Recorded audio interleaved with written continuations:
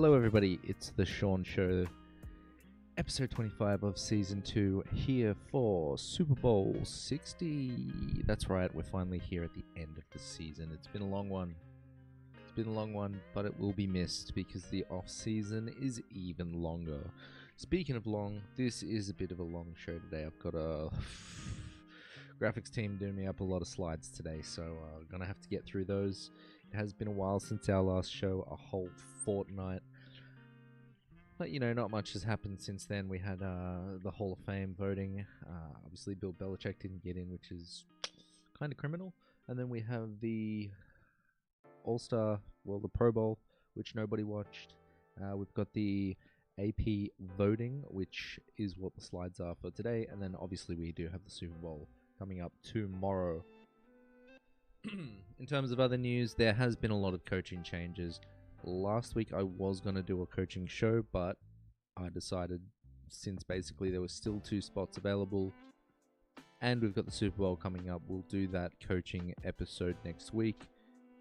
We'll just go over all the coaching changes, and then following that one we'll go over how these coaches fit into those organizations and if we believe they're going into a good situation. This is The Shaun Show, guys. It's a sports news / betting show. Hit that subscribe button, hit that like button, drop a comment. Let's get into it. Alright, so MVP for this year was Matthew Stafford, as voted by the Associated Press. This one was between him and, I believe, Drake May. There was conversations of Christian McCaffrey being in there as well, but obviously this is a quarterback award, so Matthew Stafford ended up getting it. He had 388 completions from 597 attempts, 65% completion rate, 4,700 yards, and a 48-8 TD to int ratio. In the postseason, he completed 66 passes, 55% completion rate, 936 yards, 6 touchdowns, and 1 interception. Absolute MVP performance from this man. I do believe he said he's coming back next year as well when he accepted the award, so that's huge. Expect these guys to make another strong run next season. Moving on, we've got the AP Coach of the Year. Mike Vrabel took this one out. I think you guys know the story for this season. Last season and the season before, with Jared Mayo as the head coach, they did not do well. Last year they were 4-13, 4th in the AFC East, did not make the playoffs, obviously. But this season, 14-3, 1st in the AFC East, 2nd seed for the AFC in total, and they're making a Super Bowl 60 appearance. It is the first Super Bowl appearance since TB12 was on the team, and that was a number of years ago. Boo-hoo, Boston. It's been a long time. Anyway, this season they are 8-0 on the road, which is absolutely massive. At least for the regular season, they were 8 on the road. In the postseason, they are 3-0, making it all the way to the big dance. And they've had to beat 3 of the top 10 defenses in the league, and now they're going up against the arguably best defense in the league, in the Seahawks. So massive props to Mike Vrabel, their first-year head coach. If he wins the Super Bowl, he goes into very, very elite company as a first-year head coach. And that elite company will be by himself, so that's huge. Next up, we do have the Associated Press Comeback Player of the Year, Christian McCaffrey. What an outstanding season from him. Last year he went out with a PCL injury. He did have some Achilles tendonitis or something like that leading up to it, so he was not good for the last 2 seasons actually. But this season he did ball the F out. 311 rushing attempts in the regular season for just over 1,200 yards, 10 rushing touchdowns, and on the receiving side of the ball, he had 102 receptions for just shy of 1,000 yards, and he had 7 TDs through the air. Now, he had 413 touches on the season. In second place was Jonathan Taylor with 369, so he absolutely smashed everybody else in terms of getting hands on the ball. Now, for the postseason, he had 26 rushing yards for 83 yards, 0 touchdowns, and 11 catches for 105 yards and 2 touchdowns. So that's the AP Comeback Player of the Year. Definitely well deserved. Welcome back, Christian McCaffrey. That's another team in the NFC West who's going to be looking to make another big run next season. They were obviously marred by a lot of injuries, but they made it all the way kind of to the playoffs. So just a scary team in total. Next up, we've got the Offensive Player of the Year, Jackson Smith and Jigba, obviously wide receiver for the Seattle Seahawks. We will get to see him in action tomorrow. He had 119 catches for 1,793 yards, 10 touchdowns through the air. He had a 15.1 average yards per reception, which is massive, especially after you've caught 119 of them. Plenty of yards after the catch. They do scheme this guy up, and he is an exceptional ball player as well. He had 7 carries for 36 yards. Yeah. All right. In the postseason, he's gone 13 for 172 receiving yards. That's 2 touchdowns as well. That's a 13.2 average per receptions. This is through 2 games, and obviously he is making a Super Bowl appearance. So congratulations, Jackson Smith. This one was very tight between him and Puka, actually. So, you know, him making the big dance, edging it out. Let us go over to the Defensive Player of the Year. That's right, Myles Garrett, the man. 60 total tackles this season, 43 solo. He had 33 tackles for loss, 23 sacks, which is obviously the new all-time single-season sack record. Congratulations, Myles Garrett. He did get that in his 17th game, so there is going to be a little bit of a dispute. He didn't do it in the 16, etc., etc., etc. Whatever. You go get 23 sacks. He had 39 QB hits on the season, 3 forced fumbles, and 1 passes defended. It's really good work there, but obviously, if the defense is on the field more, it's going to be easier to get those sacks. That doesn't mean shit. This man is a beast. All-time single-season sack record. Let's see how long this one holds. I do believe the last one was TJ Watt. I think it only lasted for 2 or 3 seasons. Myles Garrett hunting that one down. Congratulations. Hopefully he holds on to it for a long time. Next up, we've got the Offensive Rookie Player of the Year, Tatoria McMillan for the Carolina Panthers. This guy balled out all season. He had 70 receptions, 1,014 yards, 7 touchdowns. The second most receptions on the Carolina Panthers was for 394 yards, and he got 1,000. That's over double. That's crazy. He had a 14.5 average yard per reception. So again, massive playability. He had 122 targets, and again, the second most targets on the Carolina Panthers was a player with 64 targets. So again, he's actually almost doubled that one. So they have just been using him like a madman. Bryce Young and the Tatoria McMillan connection is huge.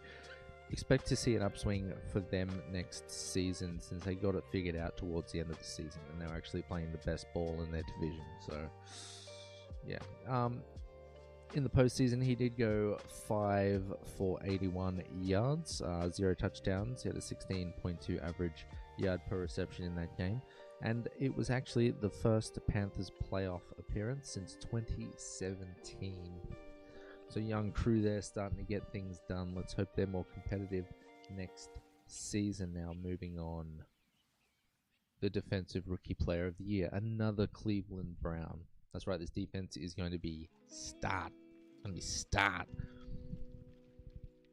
So we'll see what they decide to get this season in the draft, since they finally do have their quarterback question answered with Shedeur Sanders. I'm assuming they're just going to roll with him. They've got a receiving core. They've got running back. Their defense is strong. Maybe they pick O-line. Maybe they get some solid O-line pieces. Anyway, Carson Schwessinger is the Defensive Rookie Player of the Year. 156 total tackles from this linebacker, 67 solo, 11 total tackles for loss, 2.5 sacks, 9 QB hits, and 2 interceptions. He also had 3 passes defended. Bright future for this man right here. He's in a good place. The defense is strong. Don't know what's going to happen with the defensive coordinator, though. A little bit of chitter-chatter around the league about that, but we won't go into that now. Congratulations, Carson Schwessinger. Keep it up and have a career. And finally, for the AP Awards, is the Walter Payton Man of the Year. It is Bobby Wagner. He had 162 total tackles, 79 solo tackles. You can see all the stats. 2 interceptions, 9 QB hits. These linebackers are all over the place. Now, I do believe last year he launched the Fannie Mae Fund for stroke awareness and patient care as well. So doing huge things for the community. I do believe he named that fund after his mother as well. So congratulations, Bobby Wagner. He's had a very stellar career. Now we go on to the Super Bowl 60. That's right. The big game is tomorrow. What a cluttered screen we have. The Patriots, the New England Patriots, against the Seattle Seahawks. Both teams going 14-3 on the year. Patriots, the 2nd seed in the AFC, so they've had a little bit of a harder road to get here, having faced some of the top defenses in the league to get here, and going on the road. And then we have the Seattle Seahawks, who are the 1st seed in the NFC, so they got those home game advantage all the way to this big game. But they absolutely dominated the 49ers, their division rivals, and then they had a nice tight win against the Los Angeles Rams, who are again one of their divisional rivals. So it hasn't been the easiest road. Those division rival games are sometimes the toughest games. They most often are, because you have to play them twice a year. So they've got your number way more than the other teams in the league. So they've had a pretty difficult road. But this team are dogs. They are dogs. Anyway, this one is in Levi's Stadium in Santa Clara, California. That's right. The 49ers home ground. So again, divisional rival home ground. It would be super sweet for them to win the Super Bowl right there. On the betting side of things, the total point over and under is 45.5. The Seahawks are favored by 4.5 points.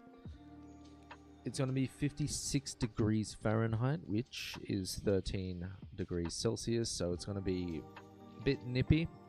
It says there's going to be chances of fog or areas of fog, and there's only going to be 5-mile-an-hour winds to the northwest. So this is a very, very good day for football. The team total overs, we've got the Patriots at 20.5, and then the Seahawks at 25.5. Obviously, with the Seahawks being favored, those numbers are looking that way.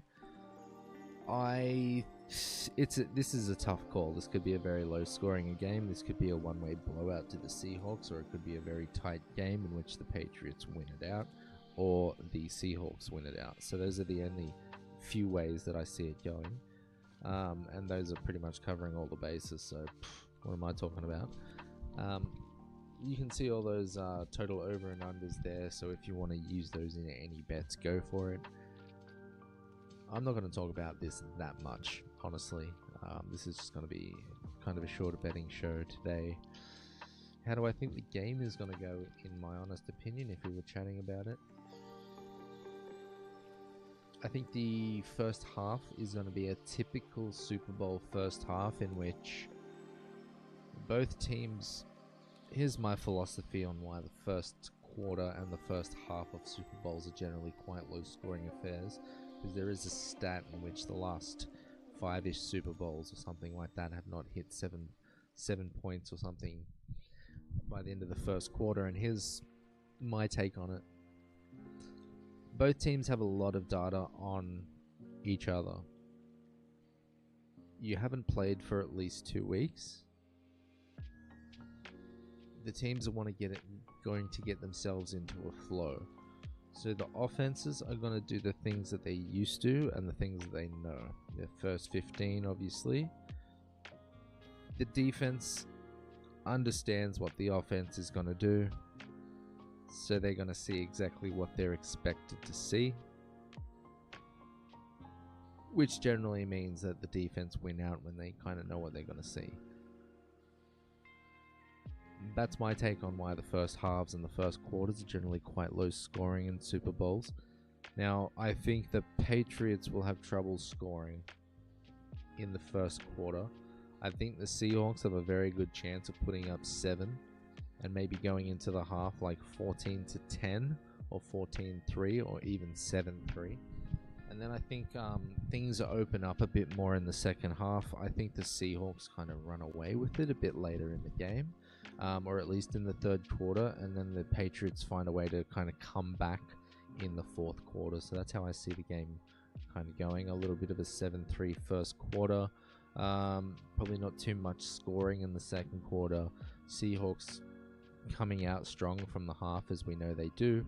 And then the Patriots kind of making a fight back in the fourth quarter. So that's my prediction for this game. I think the Seahawks probably win this one, but again, if it is a close game, the Patriots could edge it out. Again, I think it's either a Seahawks blowout or they just hold it, or else it's a very tight New England game. In terms of the over and under 45, I am caught up on this one. I think me as a person who loves to watch offensive football, because it harbors a lot of good bets and money, and it is more exciting to watch. I do favor the over, but again, this could be a very cagey affair in which the game is under. So it's a safe bet either way. Honestly, I think this one really is a pick'em at 45.5 points. We'll see in the next betting section that I do have a bet where the total over is 60.5 points. But again, that is me and my wishful thinking, wanting to see a great game of football. That does not mean that a defensive game of football is not a great game of football. There's a lot to learn from those games. Now, let us move on. Those are my predictions. That's my prediction essentially for the game. So let's move on. I think the Seahawks win it. I am bandwagoning with every other person, but every time I see the Seahawks are favored, I just think Patriots upset. So I'm really torn on this one. These are two very, very good teams. If I was to break it down to just basics, both have very equal, very good defenses. I think the Seahawks secondary has a chance to shred the New England Patriots secondary. New England Patriots is a very good defense, but they have known to be gashed by true number one receivers, which is what Jackson Smith-Njigba is. I don't know if that's when they're lined up with Tony Gonzalez or if they're lined up opposite. Expect some moving around to be done. Both D-lines are very, very sufficient. I think the run games are going to be very difficult to get going on either side. I think the Seattle Seahawks O-line has that dog in them though, so I do believe they'll get more rushing yards than the Patriots in total.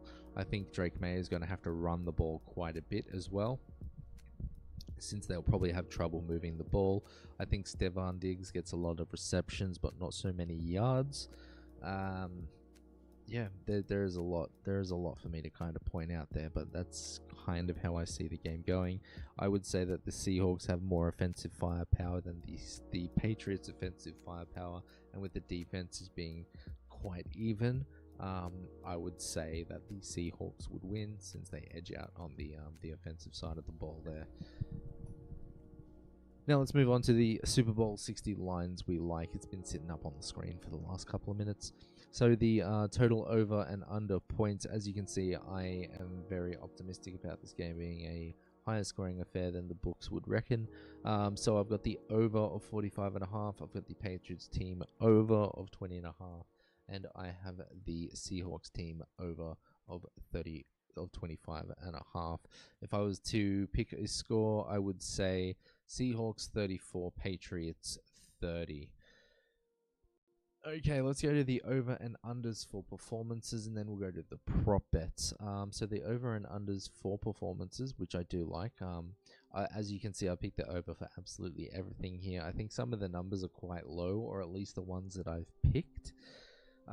So let's go through them. So New England Patriots side, we've got Drake May rushing yards over 35.5. You'll see that I don't have any passing yards here. I don't particularly like doing over and unders on passing yards. I think it's those ones are very tough to call.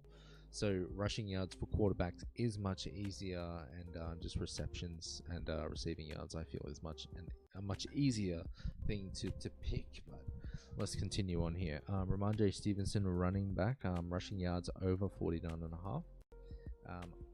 This one I'm a bit hesitant on, but it is going to be a long game of football. So 49.5, I think he at least gets a couple of good runs and then grinds out the rest.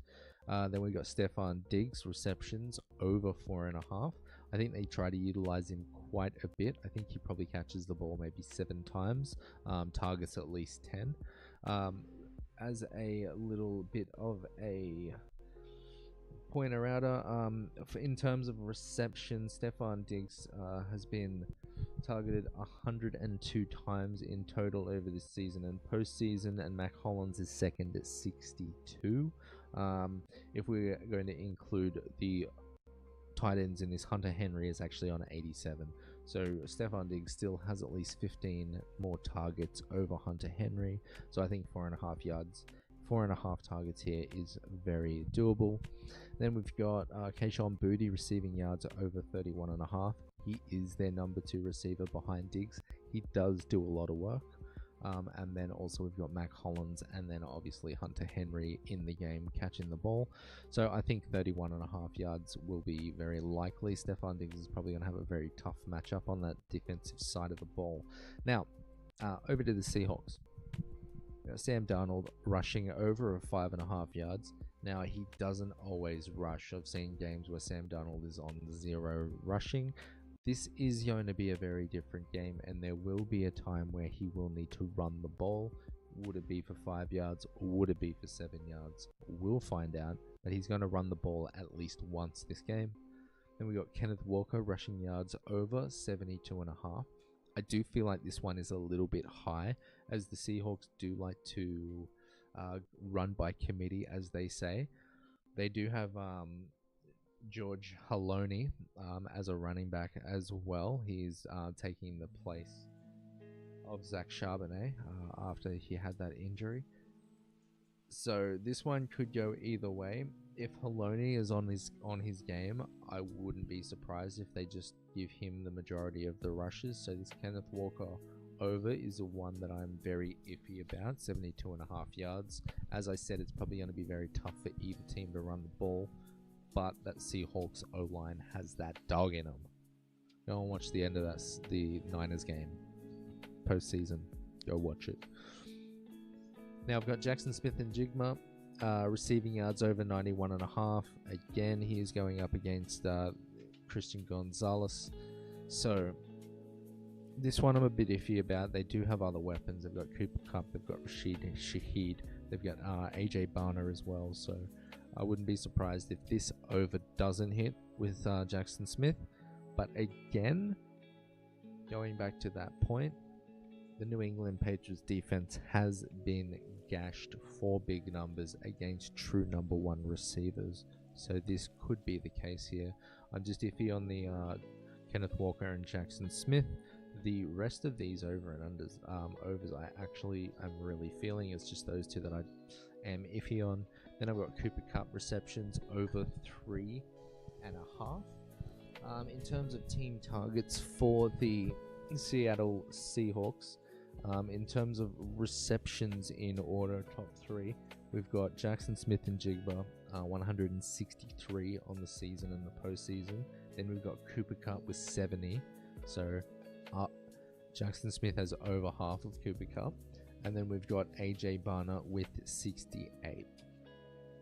Again, I do think that this game is going to go kind of either way. If Jackson Smith is locked up for a time, Cooper Kupp and AJ Barner will be the kind of guys who are next in line to get receptions. Don't forget about Rashid Shaheed. He's a big playmaker. But 3.5 yards, 3.5 receptions for Cooper Kupp, a man who has been to this big game before, a man who you can rely on in the postseason because he's a seasoned veteran in this game, so you can lean on Cooper Kupp if you need to. He's going to do everything right. He's going to get you those gritty yards up the middle as well. So keep an eye on Kupp to get over 3.5 receptions. Then I've got Rashid Shaheed to get over 21.5 receiving yards.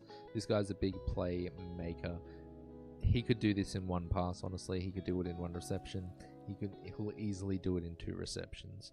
Rashid Shaheed could even run a kickoff or a punt back for a touchdown, so keep an eye out for this man. He is a huge asset to this offense once they picked him up this season. Now we'll bounce back over to the prop bets. These are the kind of touchdowns, these edited yardage lines. So I actually put all of these into one parlay and it was massive. Again, very unlikely bets. I think I parlayed the majority of those performance overs as well. We'll see what happens. I could be laughing tomorrow, or I could be like, whatever. House money, right? So I've got AJ Barner for a touchdown. We'll talk about the red zone targets for the Seattle Seahawks. So on the season, in the red zone, Jackson Smith and Jigba has 20 red zone targets. AJ Barner has 18. When they get in the red zone, they're going to lean on their tight end. Listen to me. You get in the red zone, your big man will get you in the paint. It's simple logic. He's the biggest guy, biggest receiver on the field. He's going to outmatch the linebackers. He's going to be against a DB or a safety. He's coming down with the ball. AJ Barner for a touchdown at least. Then I've got Drake May for a touchdown.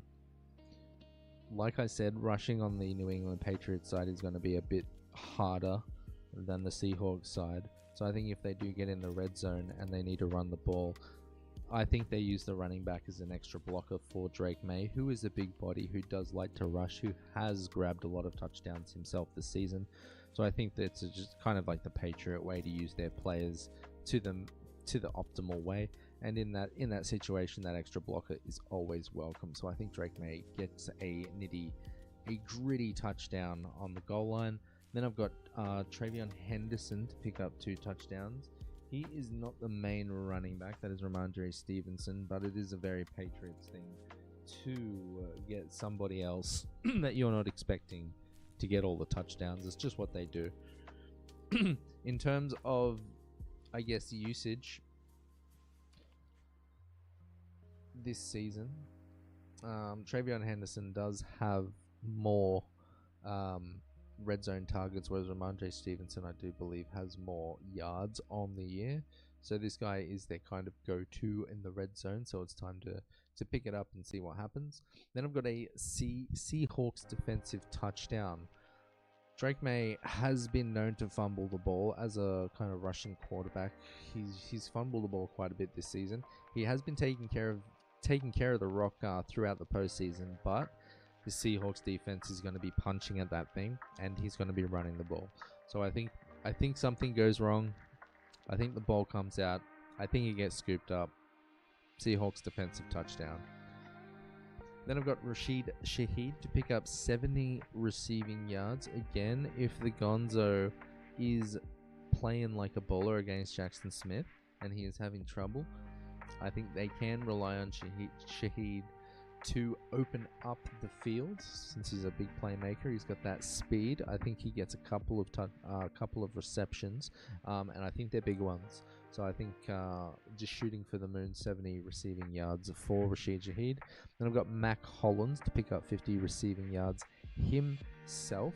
In terms of team targets on the season for the Patriots, he is the second receiver besides Hunter Henry that has the most targets on the year. He has been injured for a portion of that as well towards the end of the season. So Keishan Booty did have time to catch up and get that connection, but Mac Hollins is their true number 2. Then I've got Hunter Henry, 70 receiving yards. I think they're going to need to lean on Hunter Henry. Like I said, I think Stefan Diggs gets a lot of football. I just don't think it's a lot of big yardage football. I'm not saying that's not meaningful catches. They're probably all going to be very, very meaningful catches. First downs, on the out to stop the clock. They're going to get a lot of work out of him. I just think that he's probably not going to get the most receiving yardage, and they can again lean on their big man Hunter Henry, just like AJ Barner. They can lean on their big man up the middle, and up the middle, truly, that's where the big yardage comes. That's where that big run after the catch yards come. And as you can see, I do have AJ Barner as well for 60 receiving yards. Not going to go over that whole spiel again. Now let's go to the final slide of the show. That's right, the bets. Now, I did parlay a lot of that previous screen. I am kind of going to have a lot of fun tomorrow. But these are the kind of bets that I am running. And then obviously we've got a sensible parlay down there, as these are very unlikely bets. In fact, I think I might change the show name to Very Unlikely Bets. That might be better than the Sean Show, actually. We'll put that down on a note. I'll interrogate the graphics team, see what they think. Very unlikely bets. I like it. All right, so total points. Total over. I've got 60.5. So hopefully it's a big scoring affair. Like I said, 34-30 is kind of my prediction there. And that is over 60.5 points. So let's go. Then my TD parlay. I got Drake May, TD. I've got Travion Henderson, TD. I've got Hunter Henry, TD. I've got George Holani, that second running back for the Seahawks. I think they get him one. I think on the goal line they feed him the rock. Let's quickly go to the red zone stats for them. He does have one touchdown on the season. Obviously, this was a Zach Charbonnet and Kenneth Walker affair for the whole season until Zach Charbonnet got injured. So the last game they played, the NFC Championship, Kenneth Walker had 4 opportunities in the red zone and George Holani had 1. I think they give him more opportunities in this game, and obviously if he's rolling, they'll probably kind of go with him as they've done this season with whoever is rocking it between Ken Walker and Zach Charbonnet.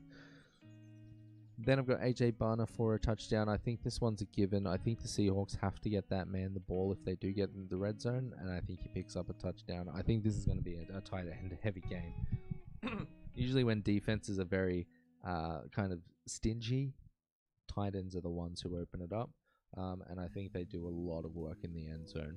Now, my player performance parlay. This one's huge. Very unlikely bets. Sam Darnold, over 5.5 rushing yards. Not that unlikely. Drake May, over 35.5 rushing yards. I like it. Bit iffy on it. Then we got Kenneth Walker, over 72.5 rushing yards. Not the biggest fan of that one, as we've mentioned before. Then I've got Rashid Shaheed to record a 20-plus yard reception. I really like that one. Then we got Cooper Kupp, 5-plus receptions. There's a lot of mouths to feed on this offense, but again, this is playoff football. This is Super Bowl football, and he is a veteran. You can rely on Kupp when the chips get down. I think he plays a very pivotal role at the end of this game, if it's a tight one. 2-minute drill is going to be a lot of Cooper Kupp. Then we've got Mac Hollins, 50-plus receiving yards. We've got Stefan Diggs for 6-plus receptions. And then we've got Hunter Henry for 50-plus receiving yards. That was my performance parlay. Pretty big one. Again, very unlikely bets. But that one, I kind of like most of the lines in that one. Now, at the very bottom of the screen, we've got a sensible parlay. So this is for anybody who is a bit more sensible than myself. So we've dumbed things down just a touch. Hopefully this one comes out for you people. Hopefully this one comes out for me. You can be a bit more aggressive on this one, I think. It's slightly more likely than our very unlikely bets. So we've got Kenneth Walker the third for 60 plus rush yards. We've got Sam Darnold for 2+ passing touchdowns. Ramondre Stevenson for 40+ rushing yards. We've got Jackson Smith and Jigma, 60+ receiving yards. We've got Stephon Diggs over 4.5 receptions. We've got Mac Hollins for 24.5 receiving yards over. And then we've got Drake May for an over of 25+ rushing yards. Take a screen cap of it, chuck it in your book, figure it out. I'm probably not going to track if these track. In fact, I'll tell you how good or bad I did last week. It is a betting show. We may as well track this stuff. I did have a good win in the Seahawks versus NFC game. One of my multi that I think I shared on that show, the parlay that I shared on that show came through. So pretty stoked about that one. Got some good cash. Anyways, that was the Sean Show, everybody. Season 2, episode 25. Probably going to be changing our name to the Very Unlikely Bets Show. Either way, I hope you enjoy the game tomorrow.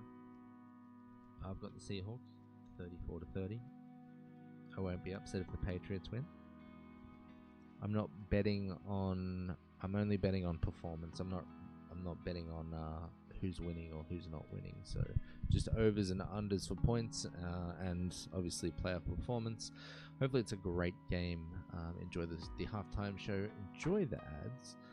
Subscribe to the show. There'll be more of it. Drop a comment. Who do you think is going to win the game? If you got a bet, drop it in the comments, and I might rock that one with you. Also, give the show a like. Do all the stuff for me. That would be very, very handy. But that's it. That's the end of the football season. We now will be rolling into not the postseason, the off season. A lot of things to go over. We got coaching changes. We've got personnel changes. We've got the draft coming up, the combine. All of these things to talk about. We will be talking about the Hall of Famers in the next episode. It's going to be very short, like our previous one. And then we will also be talking about these coaching situations. We'll be diving a little bit deeper into the head coaching situations. We have a look at the team's ownership. We have a look at the GM. We have a look at how they've had success. We have a look at their cap. We look at team needs for the draft and the off season. And then we kind of do a little bit of rate on the current 1 roster and 2 situation, and say if we think it's going to be successful short term, long term, and if we do like or dislike the hire. So that's one of my favorite episodes of the season to do. It is going to be only the second time that I do it, but I did really enjoy it, so keep an eye out for that one. Anyway, guys, that was the Sean Show, episode 25. Enjoy the Super Bowl. Peace out.